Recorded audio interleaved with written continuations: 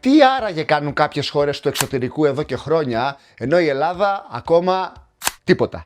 Είναι θέμα θεσμών, είναι θέμα συνηθιών, είναι απλά θέμα κλασικής ελληνικής νοοτροπίας? Στο σημερινό βίντεο θα δούμε παραδείγματα που μπορούμε να πάρουμε από πολλές χώρες εκεί έξω, γιατί φοβάμαι ότι κάποιες από αυτές που τις θεωρούμε πίσω από εμάς, σύντομα θα τρώμε τη σκόνη τους. Let's begin!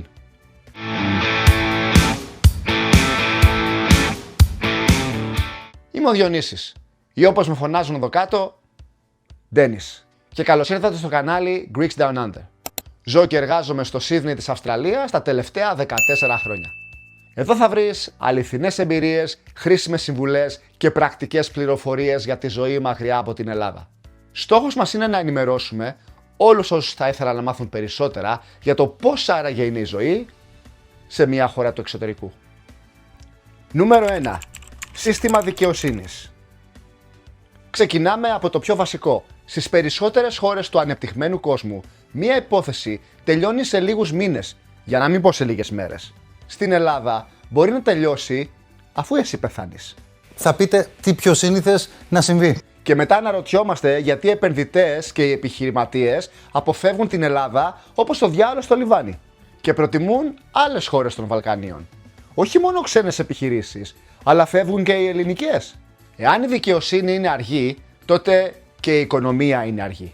Και πολύ απλά ο ενδιαφερόμενος επενδυτής ή επιχειρηματίας θα πει «Άσε τώρα μωρέ, πού να μπλέκεις με αυτούς τους τρελούς?» Πραγματικά ξέρετε πόσο καιρό θέλει μια υπόθεση στα ελληνικά δικαστηρία? Εάν δεν έχεις παιδί, κάνε, το παιδί θα πάει σχολείο και εσύ θα τρέχεις ακόμα με δικηγόρους, χαρτόσημα και αναβολές. Στο εξωτερικό όμως υπάρχουν χώρες που έχουν fast track δίκες, online καταθέσεις και deadlines. Ένας καθηγητής οικονομικών τα έχει πει πολλές φορές. Πρώτα απ' όλα πρέπει να αλλάξει η δικαιοσύνη. Και τότε ίσως, λέμε ίσως, αρχίσουμε και βλέπουμε κάποια ανάπτυξη και πρόοδο στη χώρα μας. Μακάρι. Νούμερο 2. Απλοποίηση γραφειοκρατίας. Και φυσικά, εάν θέλεις γρήγορη δικαιοσύνη, πρέπει να έχεις και απλή γραφειοκρατία. Πολλές χώρες του Ανατολικού Μπλόκου, που κάποτε τις θεωρούσαμε υποανάπτυκτες, έχουν κάνει σήμερα τεράστια βήματα πρόοδου. Δεν μιλάω για χώρες όπως η Αγγλία, η Γαλλία, η Γερμανία. Ποτέ δεν ήμασταν σε αυτό το επίπεδο. Μιλάω για Εσθονία, Λετονία, Ρουμανία, χώρες που είναι ακόμα στα κυβικά μας. Ακόμα. Στην Ελλάδα καταθέτεις χαρτιά για επικύρωση στο ίδιο γραφείο από το οποίο τα πήρες. Στο ίδιο γραφείο. Αυτό δεν είναι εξυπηρέτηση ρε παιδιά, αυτό είναι στρατιωτικό καψόνι. Σας το λέω ειλικρινά, θα σας νιώσω. Ναι, η ψηφιακή εξυπηρέτηση έχει ανέβει αρκετά, ας το παραδεχτούμε. Αλλά ακόμα είμαστε πίσω. Γιατί άλλο πράγμα είναι να βγάζεις μια υπεύθυνη δήλωση online και άλλο να ξεκινήσεις μια επιχείρηση ή να κλείσεις μια υπόθεση χωρίς να κάνεις 10 φυσικές επισκέψεις. Εγγλικό βιβλιάριο, εκαθαριστικό εφορίας, φορολογική ενημερότητα, απόδειξη πληρωμής τελών κυκλοφορίας. Σε άλλες χώρες δεν πατάνε καν σε δημόσιες υπηρεσίες. Εν έτη 2025 η ουρά δεν φτάνει στο δρόμο, αλλά ακόμα πρέπει να πάρεις άδεια από τη δουλειά σου για να ξεμπερδεύεις με κάποιες υποθέσεις. Εδώ στην Αυστραλία πάντως, ούτε που θυμάμαι την τελευταία φορά που πήρα άδεια από τη δουλειά για να στηθώ σε μία ουρά για ένα χαρτί.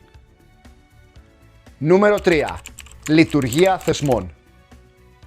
Στο εξωτερικό, θεσμός σημαίνει ανεξάρτητη αρχή ή οργανισμός που δουλεύει με συνέχεια και σταθερότητα. Όλα λειτουργούν με μακροπρόθεσμο σχέδιο, χωρίς πολιτικές παρεμβάσεις. Τι είπατε? Επαναλαμβάνω, χωρίς πολιτικές παρεμβάσεις. Τι είπατε? Αυτό προσπαθώ να σας πω. Τι είπατε? Στην Ελλάδα αλλάζει η κυβέρνηση, αλλάζει ο υπουργός και αλλάζει ολόκληρη η πολιτική της χώρας. Γιατί η ζωή μας να εξαρτάται τόσο πολύ από το ποιος είναι στην εξουσία? Ρε εσείς, εδώ κάτω γραμμένες τις έχουμε τις εκλογές και είναι και υποχρεωτικό να πάμε να ψηφίσουμε. Εδώ στην Αυστραλία, εάν δεν πας να ψηφίσεις, τρως πρόστιμο. Και στην Ελλάδα, που η ζωή μας εξαρτάται σε τέτοιον βαθμό από την πολιτική σκηνή, βλέπεις αποχή 50-60%. Μα είναι δυνατόν? Σε πάρα πολλές χώρες εκεί έξω, οι θεσμοί συνεχίζουν να δουλεύουν ανεξάρτητα από το ποιος είναι στην κυβέρνηση. Και η Ελλάδα τι κάνει? Άλλη κυβέρνηση, άλλος υπουργός, άλλη λειτουργία του κράτους. Άντε ξανά από την αρχή.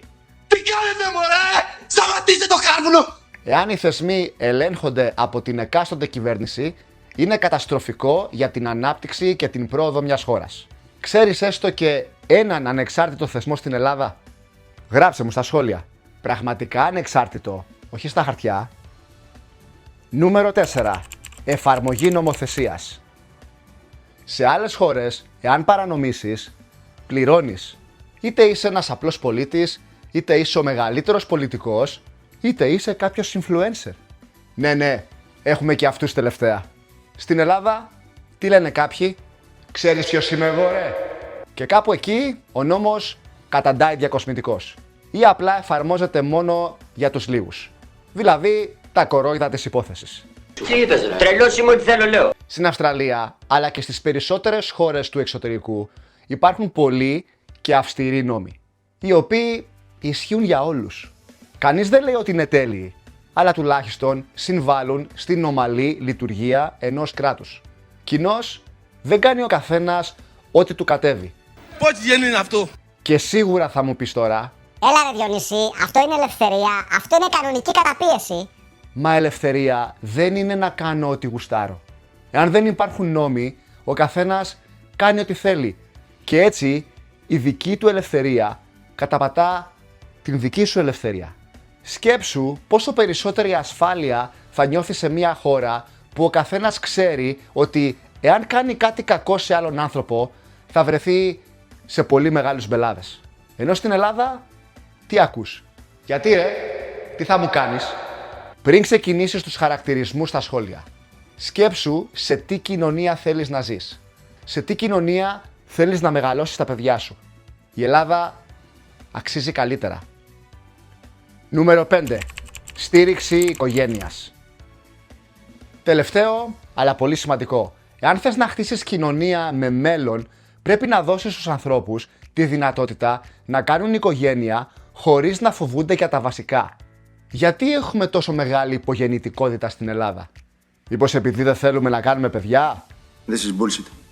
Το πρόβλημα είναι ότι το στήσιμο ενός σπιτικού τη σήμερον ημέρα είναι εξαιρετικά δύσκολο.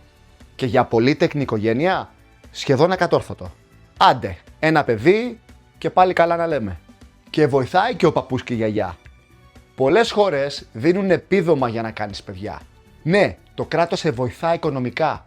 Υπάρχει ένα σύστημα που στηρίζει ένα νέο ζευγάρι να ξεκινήσει οικογένεια χωρίς να σκέφτεται πόσα θα δώσει για πάνες, για γάλα και ποιος θα κρατήσει το παιδί μέχρι να γυρίσουν και οι δύο πίσω στο σπίτι.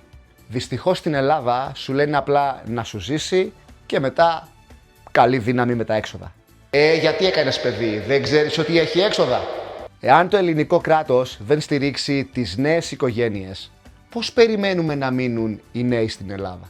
Ήδη ένα τεράστιο ποσοστό έχει φύγει στο εξωτερικό, όχι για τα λεφτά βέβαια, αλλά για να κάνουν οικογένεια και να μεγαλώσουν τα παιδιά τους με ασφάλεια και αξιοπρέπεια. Πώς περιμένεις να μην αδειάσουν τα σχολεία, οι γειτονιές, τα πάρκα? Φαντάσου πόσο διαφορετική θα ήταν η Ελλάδα εάν η απόκτηση οικογένειας δεν ήταν αυτός ο Γολγοθάς που είναι σήμερα. Και ξέρεις κάτι? Πολλοί λένε ότι εμείς, οι Έλληνες του εξωτερικού, δεν είμαστε Έλληνες. Ναι, αλλά εδώ όμως έχουμε παιδιά. Και πίστεψέ με, τα παιδιά μας είναι Έλληνες.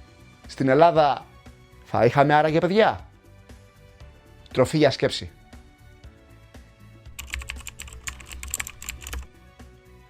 Αυτό το βίντεο δεν έχει σκοπό να σου χαϊδέψει τα αυτιά.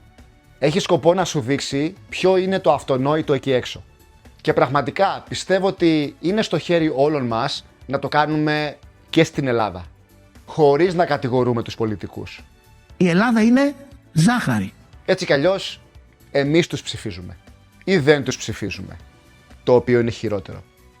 Σκέφτεσαι κάποια στιγμή στο μέλλον να δοκιμάσεις την τύχη σου κάπου εκεί έξω? Συμφωνείς με αυτά που είπαμε σήμερα? Τι θα ήθελες να αλλάξεις στη χώρα μας? Είτε είσαι στην Ελλάδα, είτε στην Αυστραλία, είτε σε κάποια άλλη χώρα του εξωτερικού.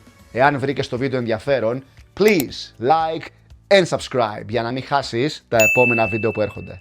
Επίσης, κάνε ένα σχόλιο. Θετικό, αρνητικό, δεν έχει καμία σημασία. Απλά σε τον αλγόριθμο του YouTube να κάνει αυτό που πραγματικά ξέρει. Μείνε συντονισμένος και τα λέμε την επόμενη φορά.